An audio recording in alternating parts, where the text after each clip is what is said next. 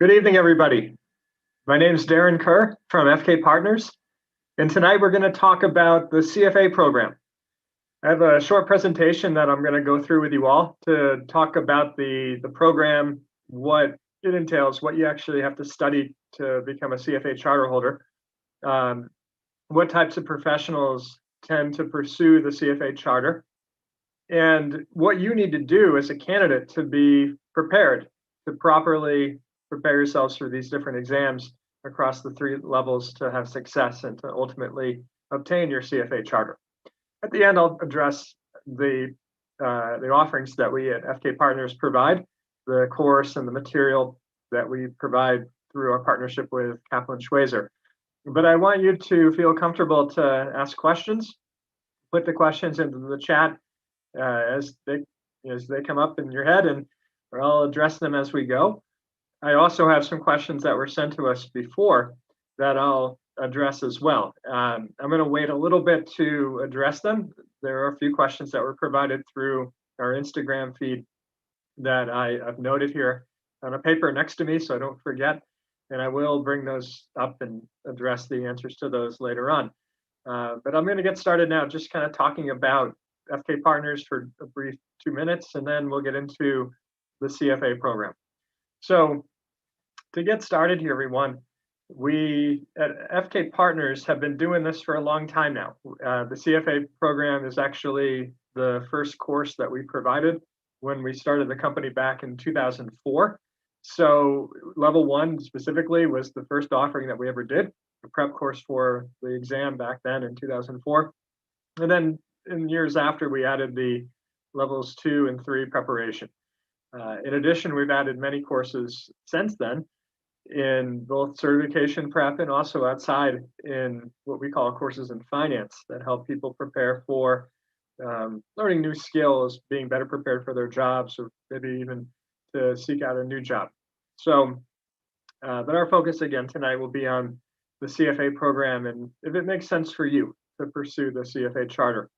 So, as I said, we began doing the prep for the CFA level 1 back in 2004 and quickly added preparation for levels 2 and 3. We've done this since the beginning with a partnership through Kaplan Schweizer. Some of you all may be familiar with the company. They are the leader in globally, really, in preparation material for the CFA exams. They also prepare students for the other 2 international certification exams that are geared more towards financial market professionals.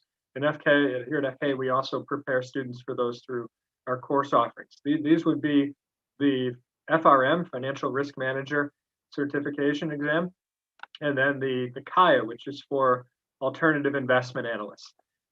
So we've been doing prep for those exams for some years now, and we also will be able to provide material for candidates that are interested in preparing for those exams, again, through our partnership with Kaplan Schweizer. So again, just to give you a really brief overview on the company here at FK, we have the international certifications where we prepare students for the CFA, the FRM, the KIA.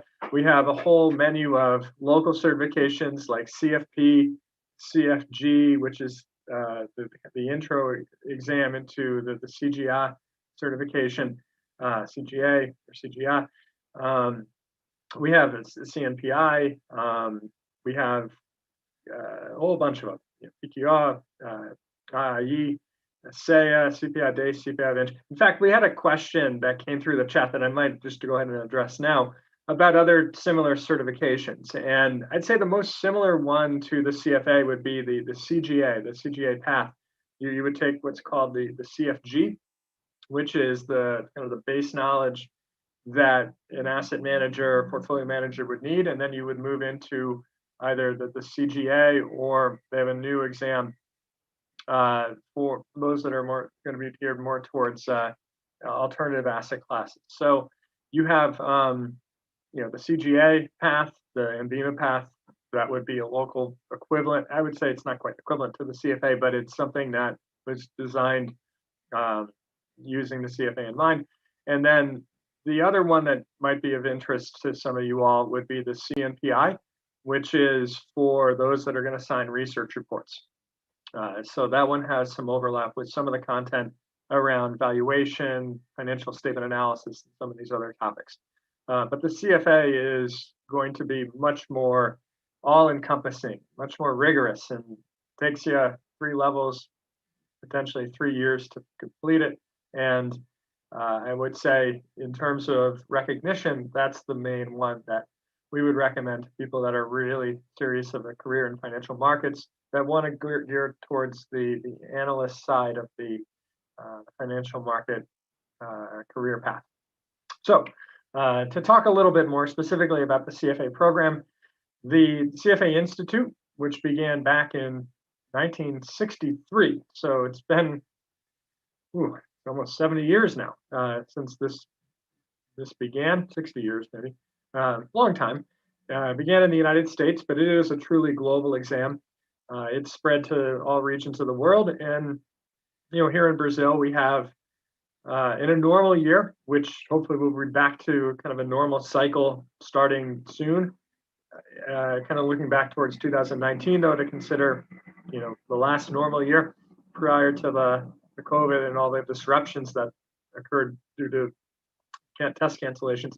We had about 2,200 candidates in Brazil across all 3 levels of the CFA program. And we currently have somewhere around 1,400 CFA charter holders here in Brazil that have completed the program and are living here, active members of the CFA Institute, and working, well, not necessarily working in financial markets, some might work in other places, but that are active members of the CFA Institute. So those are just some numbers to give you some context about the local market here.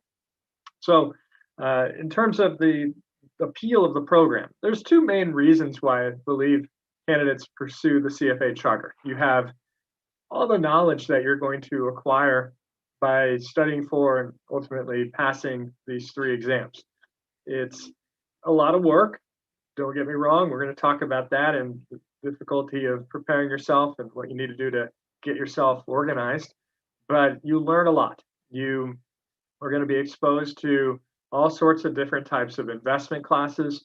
You're going to be exposed to a lot of different analytical techniques. You'll have a lot of coverage on portfolio management, and then ethics is another one that the CFA Institute really focuses on and puts across its curriculum on all 3 levels. So you're going to learn a lot about what's going on in the financial market community, and the curriculum stays current. The CFA Institute updates it every cycle, and they do that because they want to continue to make the exam relevant to practitioners in today's market. So we actually had a call with the CFA Institute earlier today. They had a call with what they call approved prep providers, which is a program that they've had for some years now for companies like FK Partners that do CFA preparation for candidates in their local markets. So they just by coincidence happened to have one of their update calls this morning, and just listening in on that call, we learned a little bit about some of the changes that are coming to the test that I'll address a little bit later, but also some of the curriculum updates that are coming. So they have, not to get into anything too specific, but they have some planned curriculum updates that are on the horizon here in 2022, already really implemented because levels 2 and 3 materials for 2022 are already available. They talked about some of the changes that are coming in 2023. My point of even bringing this up is that they keep the curriculum very relevant to what you need to know in today's markets if you're going to be working in finance. Now, just to stay on the knowledge part, when I pursued the CFA charter, I was still living in the United States. I'm an American. I've been living in Brazil for a while now, but I'm not originally from here, as you might be able to figure out. And when I was working in the US, I was working in equity research. That was where I used to work before joining FK Partners full time. And I also, before even starting my career, I had studied accounting. That was what I majored in my university. So I had an accounting background from university, and then I was working in equity research. So I was doing a lot of financial statement analysis and equity valuation work when I was in my first several years of my career. And when I was doing the CFA program and studying for these exams, I had a pretty good sense of what was going on in the financial statement analysis part of the curriculum, as well as the equity valuation part of the curriculum. But I didn't have any real world exposure to fixed income, derivatives, alternative investments, even portfolio management topics. So the CFA Institute and its program really helped me become much more well-rounded and knowledgeable about what was going on in some of these other areas. And I really believe that that's one of the main reasons why you should pursue this. It's the knowledge that you're going to learn. You're going to feel more comfortable with your understanding of what is out there in terms of different career paths. You might be on a certain career path, or might be thinking or considering a certain career path, but understanding not just more detail or depth around that particular path, but other paths as well will ultimately help you, not just in the short term, but hopefully through many years to come. Then you have the other main reason, the actual credential, the CFA letters by your name.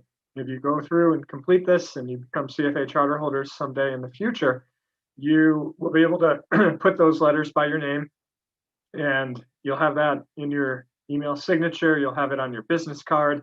You'll have it in your CV. It's very valuable. It's a global credential, known really in the markets as the #1 financial analyst certification that's out there. If you have any interest in maybe pursuing a career abroad, the CFA program and its the charter, if you complete it, will certainly help you with that. But here locally, as I've already mentioned, the number of charter holders has grown significantly. We have, as I mentioned earlier, about 1,400.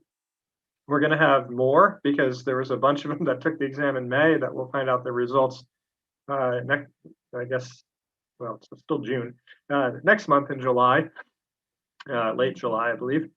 So we'll have a whole bunch more, we hope, that join the ranks of CFA charter holders here locally in Brazil. And then, like I already mentioned, there's a lot of candidates. So the point of bringing that back up again is this exam is much more well known here in the local market than it ever was before. And that's been great for us here at FK Partners to see the growth and to be a part of it. But it's also great for you all because more and more employers recognize the value of the CFA program and those that are actually able to go through and complete it and become CFA charter holders. It really does open opportunities up for you all. And it's something that, having been here at FK Partners and watching the growth in the local market here of the program, I can attest to, because when I started here, I wasn't originally, part of the founding group that started FK in 2004, but I've been here a while. I've been here since 2009. Now it's 12 years later, and it's grown dramatically in that time. And I've heard many great stories of our students that have gone on, become CFA charter holders, and had really great opportunities that they've been able to pursue because they were able to go through this program. So it's exciting, that you have, potentially a world of opportunities that's out there here locally and maybe even abroad. Maybe go forward and make the leap into the CFA program here. So now, specifically about the job functions, there are a lot of people that work on the buy side and the sell side that pursue the CFA charter. You have a lot of portfolio managers and those that work at different types of investment funds as analysts that will do the CFA program. You also have the people that I used to work with over on the sell side, the equity research analysts or credit research, those that work in the research areas pursuing it as well. They comprise together a good percentage of the overall candidate base and the charter holder base. But you have other professionals. You can see C-level executives, a lot of CFO path people, those that want to become CFOs of a company, oftentimes will pursue it. You have, when you can see consultant down there, a lot of those that work in the big four, the big four audit firms. They don't just audit companies, as I think you all know. They do a lot of other type of work in their institutions, and that type of advisory work can be very, I think, beneficial to companies, and those that have that knowledge from the CFA program can provide even more benefit to their organizations and their clients. You have risk managers, you have investor relations professionals, you've got people that work in banking, investment banking, private wealth management. You have those that pursue careers even in corporate finance areas of companies that might pursue the CFA charter. So there's a lot of different types of professionals out there that are candidates and members in the program. I've talked already about the curriculum and a little bit about how it changes period to period. One of the things that's worth just throwing out there for you all is that those that are in the committee that determines what should be on the CFA exams have gone through this process. They've all gone through and become CFA charter holders and have given back in some way. Maybe it's part-time, maybe full-time work at the Institute to really try to make this exam continue to stay relevant in today's environment. So those that are on this advisory committee or board that determine the curriculum changes each period, have significant financial market experience and have pursued and achieved the CFA charter. Now, about the exams, as some of you will probably know, it is a 3-part or 3-exam sequence that ultimately you need to get through to be able to become CFA charter holders. So you have levels 1, 2, and 3 to move through in sequence. And level 1 really is the building blocks exam, the knowledge or base level exam. Don't want to make it sound easy. It's not. There's a lot of hard work that's involved in becoming, getting through level 1 and becoming a level 2 candidate. But it is the building blocks level, the base knowledge level. When you go into level 2, you're now going much deeper into the analytical work. You see a lot of topics in level 2 that were covered in level 1, but the depth that you go into in level 2 is significantly greater than what you would see when you were looking at those topics in level 1. When you get into level 3, you can see synthesis, evaluation. This is really what we would call the portfolio manager exam. This is where you'd focus on how to be, whether it's a private wealth manager or an institutional portfolio manager, you learn a lot of those types of skills when you move through the CFA level 3 curriculum. So altogether, you've got the base knowledge level in level 1, you got the analyst level exam in number 2, and then the portfolio manager exam over there in level 3. Now, each exam is going to be divided into study sessions. You have the different topics I'll show in a moment. You got study sessions that cover those topics. Then you have all these different readings that are in all the different study sessions. And then inside of the readings, you have what are called LOSs, or learning outcome statements. In the level 1 curriculum, for example, here in 2021, there are 57 readings and 520 learning outcome statements. And the learning outcome statements are what are used to formulate the test questions.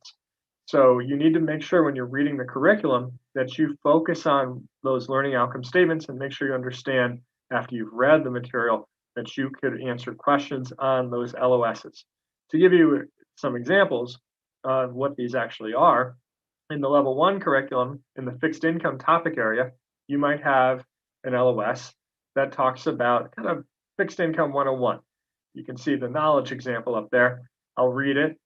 Identify the relationship among a bond's coupon rate, the yield required by the market, and the bond's price relative to par value, whether it's a discount bond, premium bond, or a par value bond. So that's a really basic fixed income or bond valuation type of LOS. You can see questions surely that are derived from such a statement.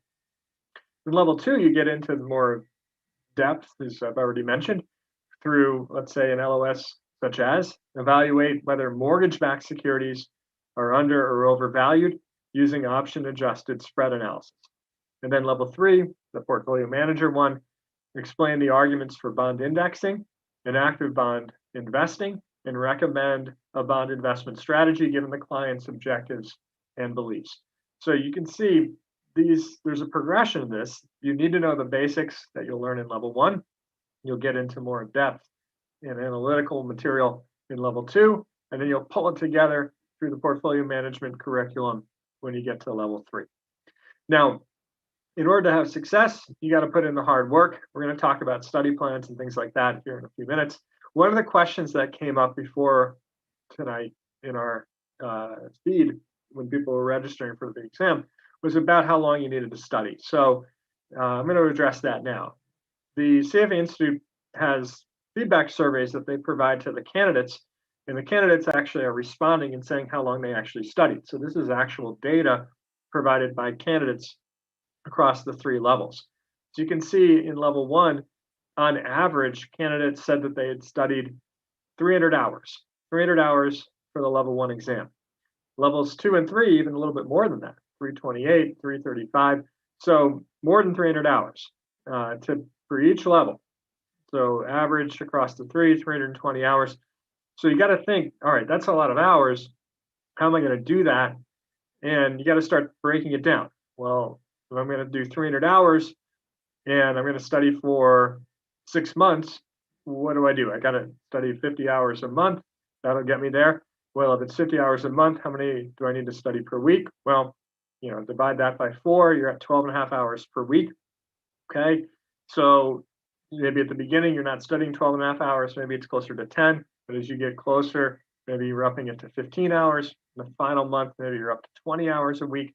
You got to figure out how you're going to fit that in. So if you're doing 15 hours in a week, how are you going to do that in a day? Can you do 3 hours a day, 5 days a week?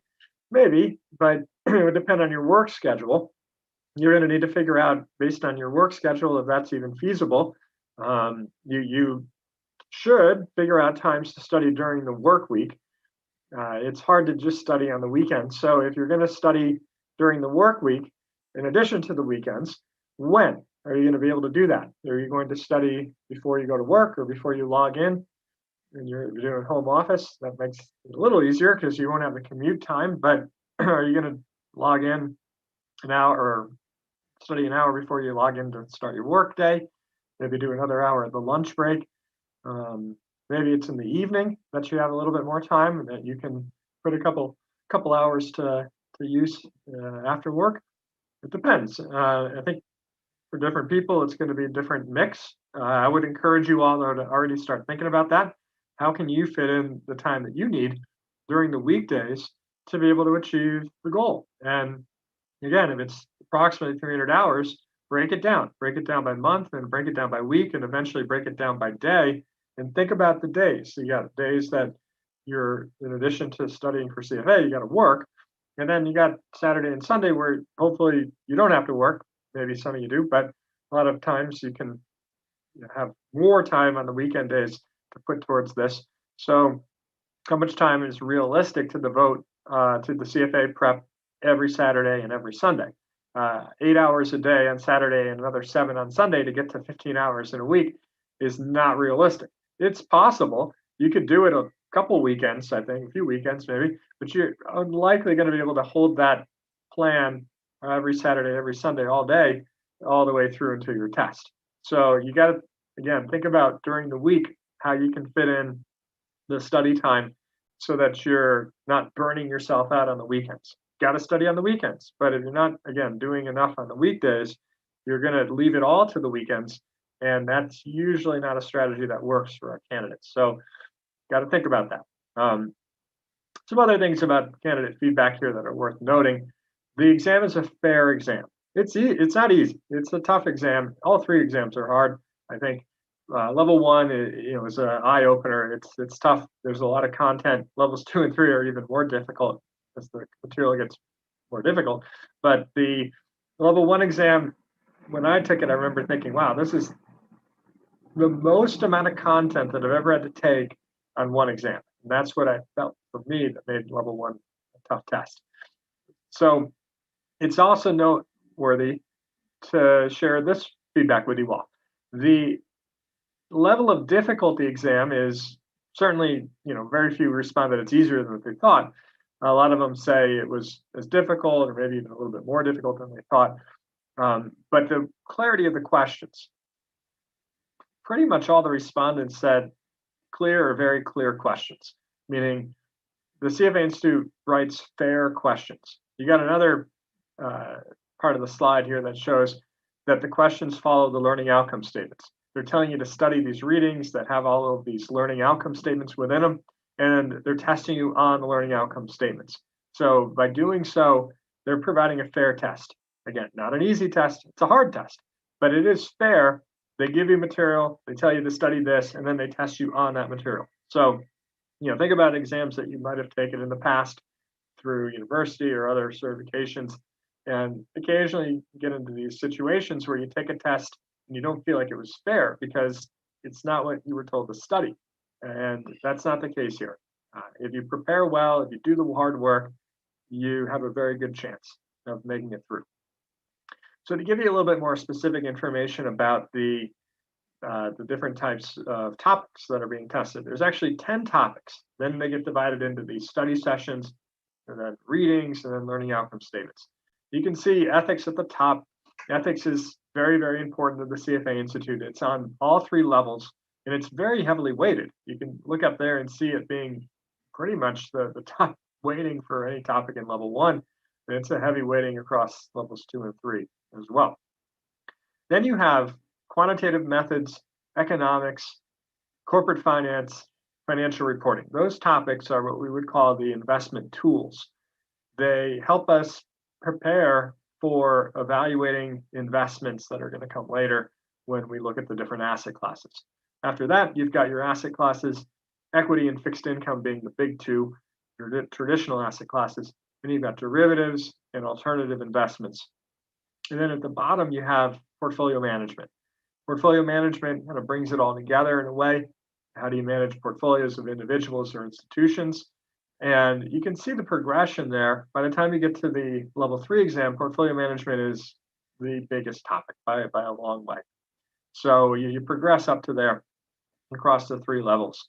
You also note that the weightings are given in ranges. So we don't know exactly how many questions we're getting on each topic, but we have a pretty good sense. If we take the midpoint of a range, we can get a pretty good idea of how many questions are coming our way in any one of these 10 topics here.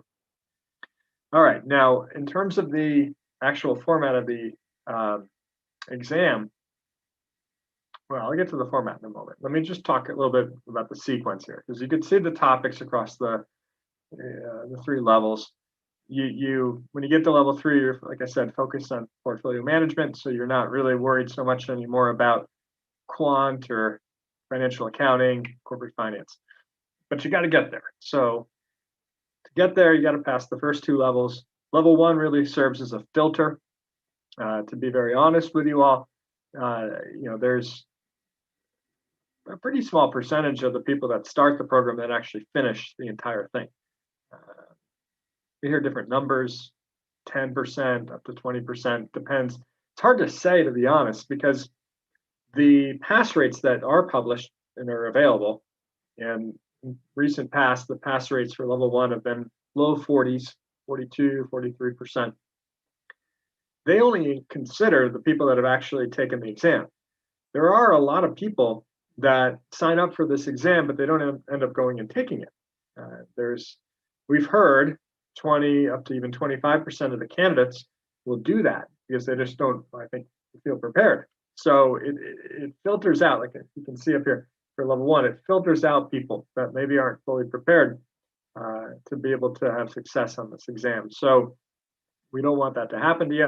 If you decide to go for it, then you got to make sure you get yourselves organized, figure out your study plan. I've already mentioned you have 300 plus hours to divide across the months and the weeks and the days, but you got to make sure that you're organized and capable of doing it, and that you stick with the plan. That's the other thing. You put together a nice plan, but if you're not executing on it, staying with it, it's not going to work. So this serves, like I said, as a filter. Not everybody can make it through.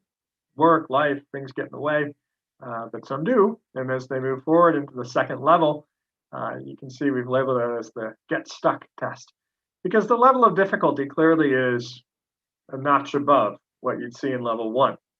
Level 2 is hard. Level 1's hard. Level 2 is harder, and sometimes even good students can struggle on it, at least the first attempt, and they can get stuck there for a little while.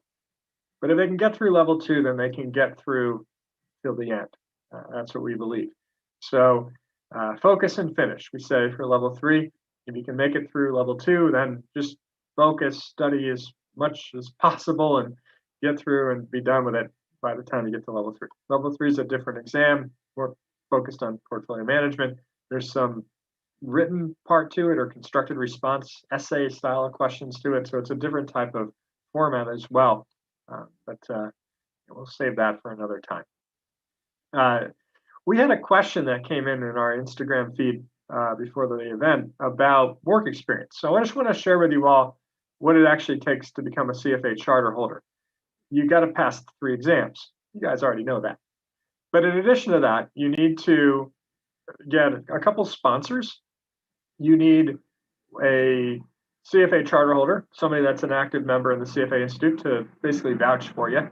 It's not burdensome at all to ask for somebody to sponsor you because it's like a 5-minute online questionnaire that person would need to fill out. I've done it for many of our level 3 students. I enjoy doing it. It's a great opportunity, and get through, ultimately pass level 3 and become charter holders. It's just great that they're able to make it through. But the other one, though, they also want a boss or a supervisor at work, because one of the other requirements is a work experience requirement. So you have 4 years of qualified work experience that they request that you submit when you're putting in the paperwork to get the charter. And the other sponsor would attest to that work experience. So that's the bureaucracy part of it. We had a question about the work experience part. Somebody asked about working in the like retail banking, what could be considered qualifying for this. And the answer is probably, we'd have to understand a little bit more about what you did there and all, but I think so. If you worked with clients and talked about investments, things like that, then we could certainly help you put together a proper description of that work experience to be able to get credit for that. But occasionally we have candidates that'll work their way through the 3 levels and pass level 3, and they just don't have 4 years of work experience because they haven't been out of university for 4 years. And that's all right. I mean, good problem to have. You finish the CFA program at a very young age, and you haven't worked for 4 years since you finished the university. So keep work another year or so, and you'll get there. You can make factual statements about what you've accomplished. So the hard part's been done. By passing these exams, you'll just naturally become eligible with regards to that work experience requirement. So anyway, there's like I mentioned, a couple other things here beyond passing these exams that you would need to do. Show the work experience, get the sponsors to fill out their online questionnaires on your behalf. There's what's called a professional conduct statement, which is a series of ethics questions that you would fill out. And also you would need to update it each period. Basically, you'd be answering no to the questions most likely, as they're asking you, have you been in trouble, with the regulator, things like that. So these are the other things that you would need to do to become an active member in the CFA Institute. All right, now I want to talk a little bit about what's happened here in 2021. For forever, really, until 2021, the CFA exams were paper-based exams. You would go to a big test center, big open space. It could be a big meeting space in a shopping or a hotel. And you take the exam, everybody on the same day in the same room, big event, all day thing. On a Saturday, first Saturday of June usually was the date. And then for level 1, they had a second date in December, first Saturday of December. So that was the traditional way. And that ended. And it's over now. We've had 2 windows now of computer-based testing in February and again in May. So the new format, computer-based test, we're into the 21st century finally, CFA exams. You go to an actual test center, a computer test center to take the exam. There are what are called windows that you sign up to take the exam within. The windows will vary depending on what level you're in terms of number of days, but you choose a day within a window. The windows can be up to 2 weeks long for level 1. Actually, I think the August window is 3 weeks long. There's a bit of a backlog because of test cancellations in 2020. So they've added some windows in 2021 to help alleviate that. I'll share a little bit about that and the dates and all and what to expect for 2022 as we get more normalized here. But basically, you'd sign up within a window, choose your date, choose your test center location, and then you go and take your exam. It's a computer terminal exam. Basically, you're sitting at the computer terminal taking the test, and it provides a lot more flexibility for the CFA Institute. They've been able to add cities. Here in Brazil, for example, in the past, you had São Paulo and Rio. Those are your 2 test centers for the old paper-based format. Now, in addition to São Paulo and Rio, we have Brasilia, we have Recife, we have Belo Horizonte, Curitiba, Porto Alegre. I think these are the other ones. Anyway, we have several others, smaller capital cities that have been added because it's easier for them to do that now that they're administering these exams at test centers. So they've been able to significantly increase the number of cities in which they can offer the exam. And because of the windows, they can offer it more times per year. And you don't have to go on a specific day like you used to have to go, which was those Saturdays at the beginning of June or December. So now, in terms of the actual experience, it is, I think, it's people have different views on this. It is not as stressful as it used to be. It's a stressful day. You studied hard for one test, but it used to be even crazier because you'd have to go with thousands of other candidates, and if you were in São Paulo at least, you get there early. You're all waiting to have your identification checked. You're assigned a seat. You have a 3-hour session, 2-hour break, another session. You're there the entire day. It was something, a very different experience than it is now.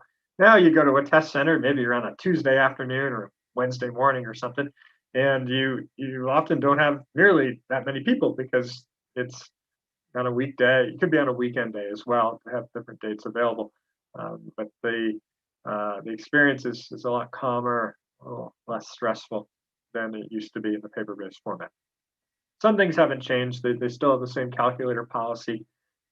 You bring your calculator to the test, but the experience of the old paper-based format, especially for some of the older candidates, they kind of, I don't want to say they miss it, but they feel like that was all part of the deal. So now with the computer-based format, the exam is actually shorter. It used to be 6 hours of test. Now it's only 4.5 hours of test.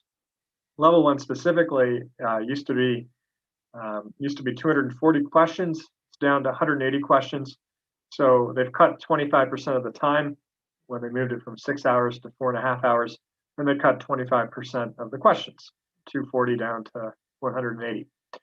The levels 2 and 3 still follow basically a very similar format to what they used to follow, and they've cut the time down as well. So they cut the number of questions down. We're going to talk more about level 1.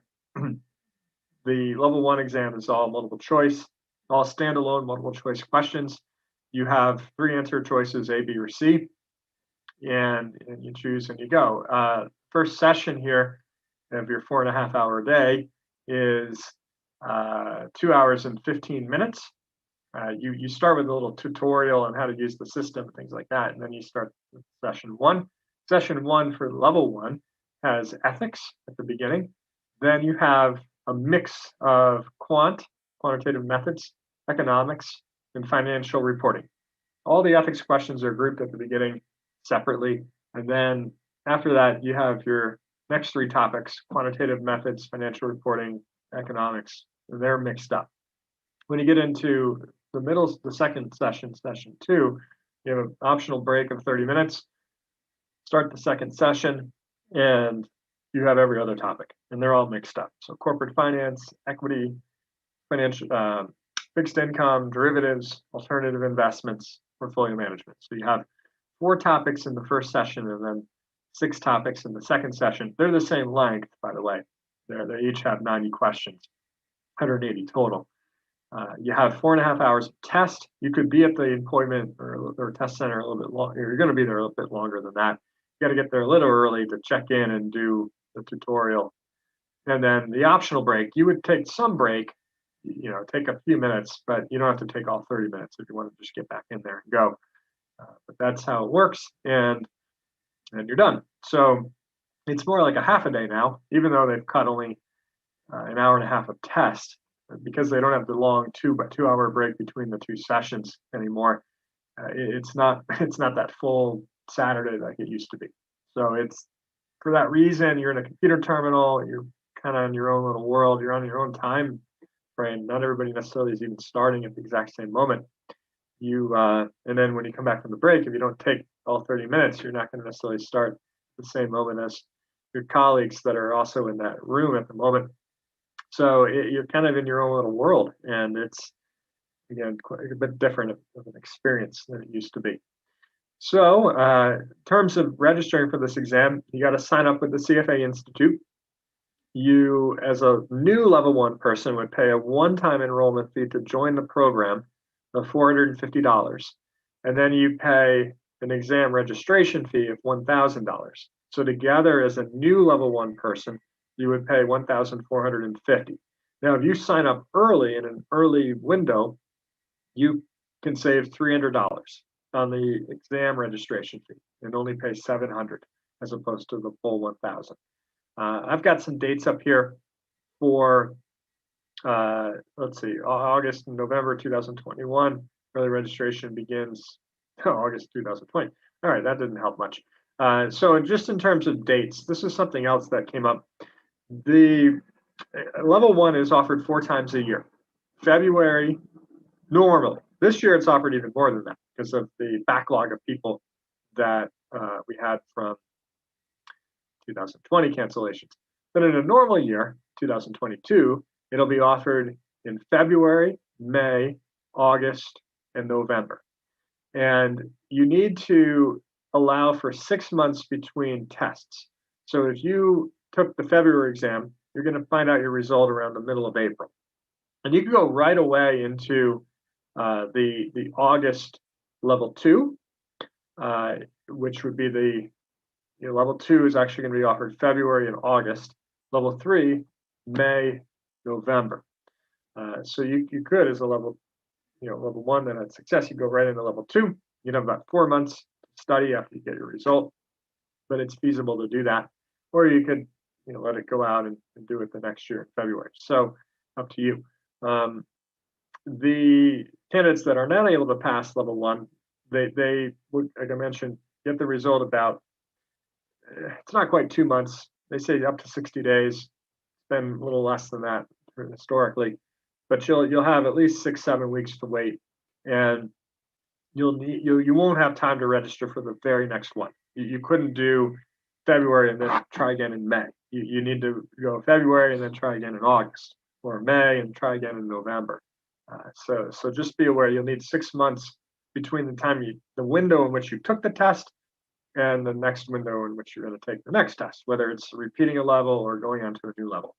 We had a question that came in about how to, moving through the levels. Somebody asked in terms of level 2, they took level 2 in May, they're going to get the result in the middle of July. Could they take level 3 in November? And the answer is yes, because May to November is 6 months between the windows, and the result for level 2 will be out the door in time for people to register for level 3. I think the level 3 registration deadline for November, actually any registration deadline for November, the November exams is July 20th. So you have about 3 weeks from now to register. We're going to take a November exam, any level 1, level 2, level 3. So anybody that's moving on from level 1 to level 2, or from level 2 to level 3, and took a May exam, will get that result in time to be able to move on to November if they wanted to. You don't necessarily have to do that, but if you wanted to, you could, and you could in 4 months, get enough work in to be able to pass one of these exams. It's just going to require, I think, a bit more per week, as we talked about, more per day on average than if you had 6 months 6, 7 months to spend on it. So one of the things that we've been advising the level, let me put this up here while I'm talking about dates. All right, so in terms of the dates, like I mentioned, 4 times per year you got level 1: February, May, August, November. This year we've got an extra one in there in July. They even had an April one in there for people that got their exams they had a March, and then that got canceled here in Brazil, so they did it online in April, some of them. Anyway, that's not going to be the norm. It's going to be 4 times a year. Like I said, February, May, August, November. And when you go into level 2, you're going to have, starting next year, February and August. And then level 3 will be, you can see there, May and November. So for those of you that took level 1 in May, you're going to find out your result middle of July. And you could go on and take level 2 this year in November, because they're offering extra dates from 2021 because of all the cancellations in 2020. But most of our guys are planning not to do that for level 2. They're planning to take the February exam, February 2022 exam, because there is a February exam for level 2. But there isn't for level 3. Level 3 will not be until May of next year, after this November date. So some of the level 2 people that are going to get their results in a couple of weeks in mid-July, they're thinking about going right back into it so that they can jump right in for level 3 November this year, be done with it by the end of the year. So kind of depends. You know, if you're up for it, if you have the energy, you could do that and be done with it. But that's kind of specific to level 3, because the level 1 and 2 people have the February dates. So, you know, instead of trying to push, you know, and go into November, you know, at level 1, if you didn't pass, I think you can do it, because that's you know, you're studying the same level again. But if you're a level 2 guy, you're going to be a level 2 guy. We're looking at, you can do November, but we're looking also at potentially February there. So anyway, the idea here is to make sure that you can figure out how to put in approximately 300 hours. So if you got your 6 months, then that's one calculation per week. If you've got only 4 months, 5 months, then that's a different calculation. You got to do a bit more. So you got to figure out what works for you. You count on us, though. I'm kind of getting to the end of the presentation. I want to leave time for Q&A. I've answered some of the questions that came in prior to tonight, but I want to make sure I have time for anyone that has additional questions. So we've been doing, like I said, doing this a long time. Got a great team of CFA charter holders that teach with us. A lot of them have been teaching with us for many years, some for more than 10 years. We've helped many charter holders here in Brazil. And we are, like I mentioned earlier, we're part of this approved prep provider program at the CFA Institute. We have this great partnership with Kaplan Schweizer, in which we are their reps here in Brazil. We sell discounted prices material to our students, and then at also discounted prices, but not quite the same level of discount to our non-students, but still a discount we can provide to people. And also you can purchase it in local currency instead of having to put it, to buy it on their site in dollars and pay any sort of fees that would arise from such an international transaction. More importantly, we've got a whole structure here. We've got a team. We've got people dedicated to working with our students. With myself, that would be one person, but we've also got others here in the company that are dedicated to helping the CFA students work their way through the levels and eventually become charter holders here. So I'm gonna pause. I'm gonna check my chat here, see if we've got any more questions coming in. I've been talking a lot, so let's see. Lucas, how are we doing? Do we have some questions coming into the chat here?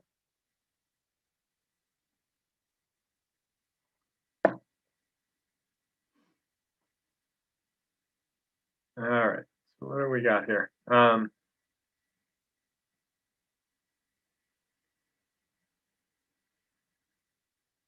right, so Hugo's got a question about CGA and CFA level 1. So Yeah, CGA was redesigned this year. I guess at the end of last year for this year.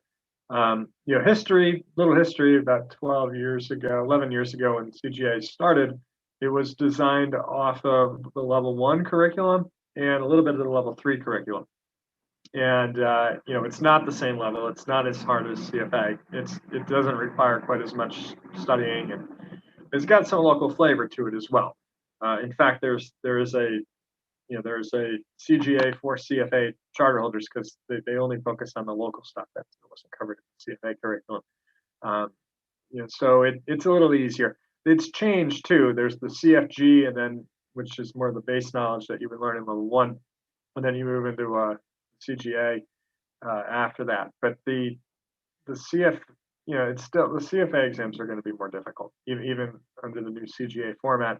The CFA exams are definitely going to be more hours of study than what you'll see. They just go into more depth. Everything's more in the CFA curriculum. But the CGA is the closest equivalent here in the local market. All right, got some other ones here. Gabrielle.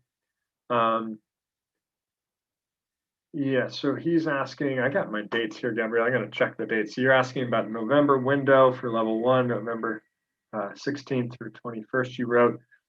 For some reason, I've written down 16th through 22nd, but they've been changing these, so maybe I don't have all the dates. But yeah, basically, Gabrielle, you can choose whatever date you want. You have until July 20th, I believe, to choose a date, and then after that, that window closes, and then the next window available will be February 22. But yeah, you choose a date that works for you, a date and time. The the offerings in May at least allowed for 2 different time slots, a morning and then a slot starting at 3 in the afternoon. Not every date window will necessarily have that because I know the CFA Institute had to pay extra to the test centers for cleaning here in our COVID world to be able to offer the exam twice per day. But they needed to because they had so many candidates that got canceled in 2020. So I'm not sure if they're going to keep doing that. I think that in an ideal world, they'd only have 1 time slot per day, morning, I would assume, and in the future. But maybe even November this year, they'll still be operating with the 2. I can't answer that part, but I know you can choose your date. And I don't know if you're Gabrielle, if you're Sao Paulo or Rio or another one of the cities, but that's also something to consider. Obviously where you're going to take the test, what city, but you choose your date. And you got to do it relatively soon because the dates can fill up. That's the other thing. You might not be able to choose the exact date you wanted if you wait too long. So that's that. So we've got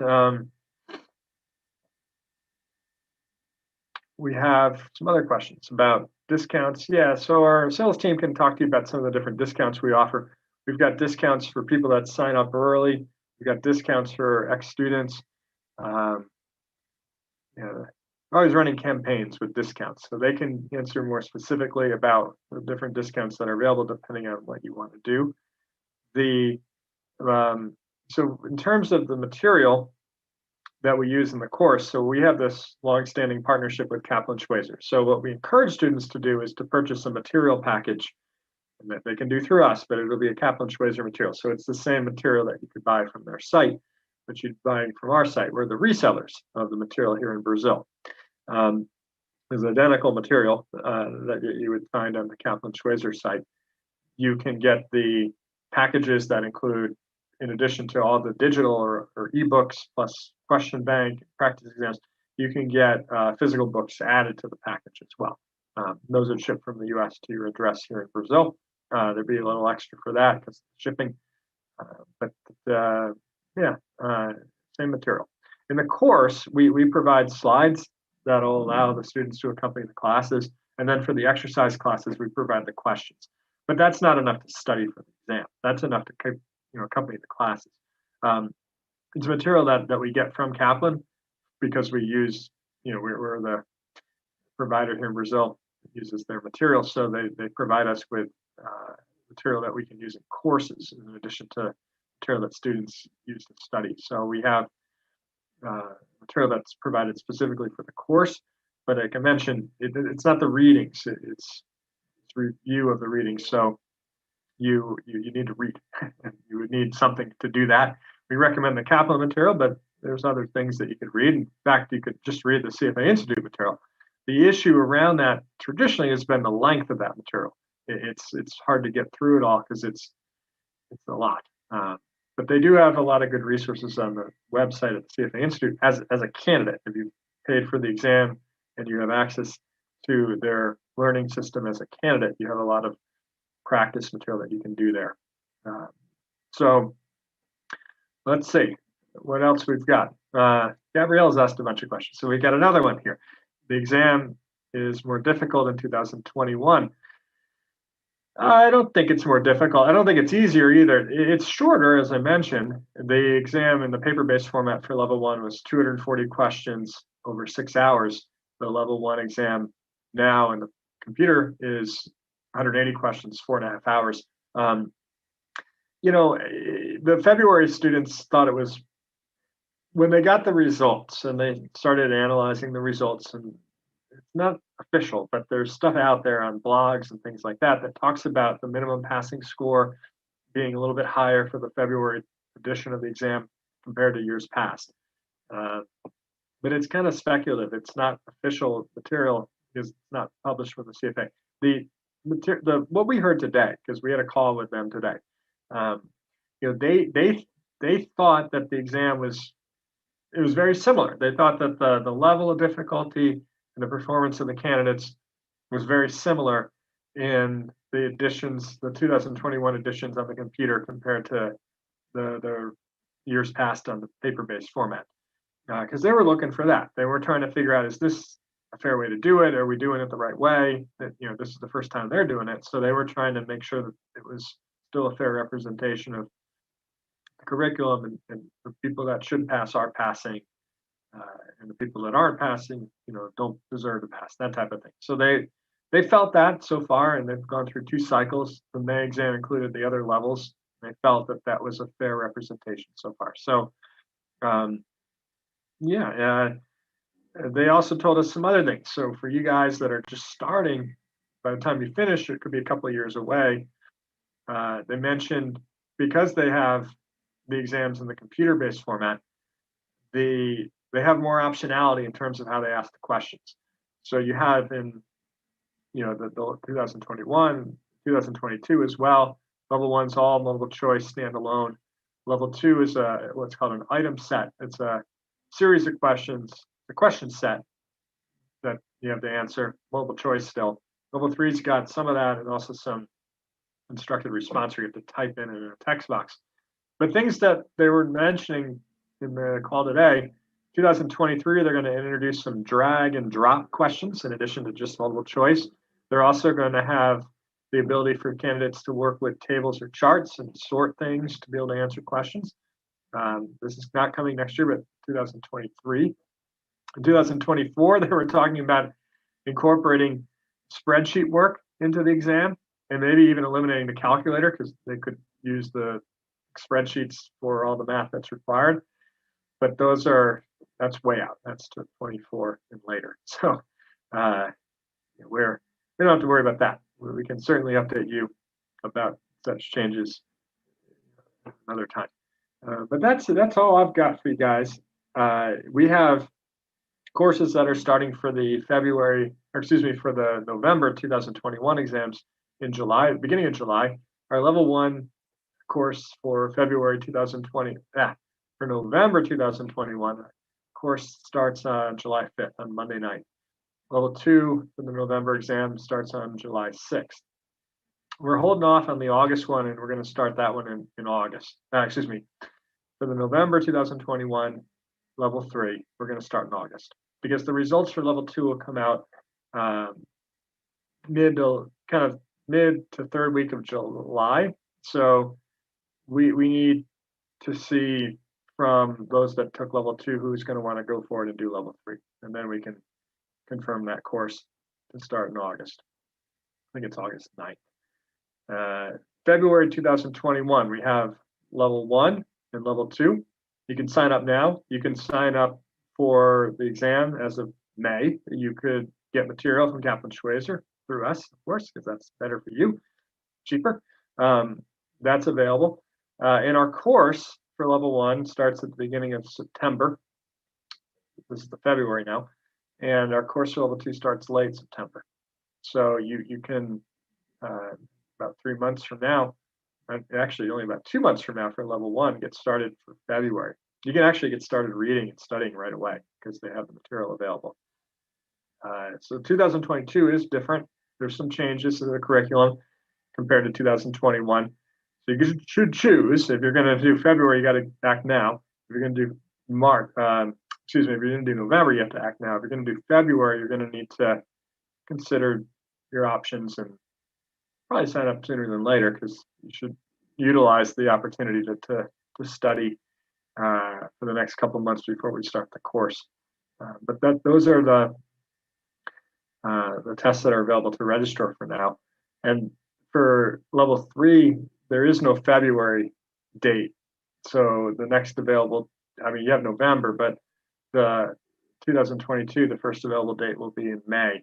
So material and exam registration will be in August for May 2022.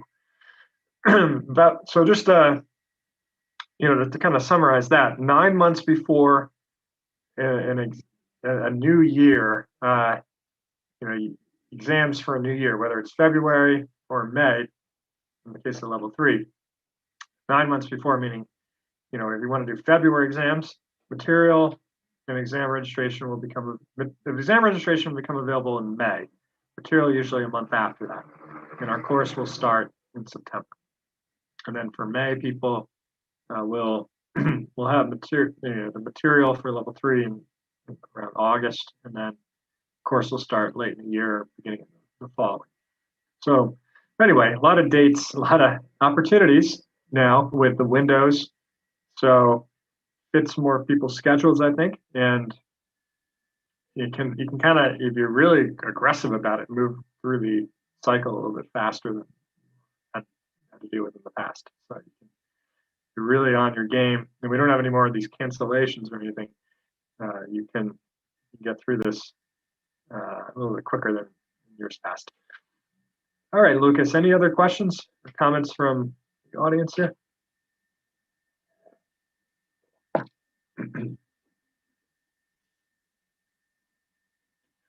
All right, well, thank you all for participating tonight. If you do have any other questions about the CFA program, and if it's right for you, or the FK Partners course, or the material that we sell on behalf of Kaplan, or other courses at FK, please get in contact with us. You can reach out to our team here. The salespeople are always available, but please reach out. Let us know what you're thinking. If you're interested in this, we encourage it, but make sure it's the right moment for you because it is hard work. I hope I got that message across. It is a lot of work and effort, but it's worth it. It's really a very valuable program, and I think you'll benefit from it for many, many years to come if you go forward with it. But you got to get yourselves organized and make sure it's the right moment for you to jump in because, like I mentioned, it is hard work, but it's satisfying, rewarding work if you do it. Thanks again, everybody, for joining us tonight. I hope to see you all in the near future in our CFA program. So good night for now.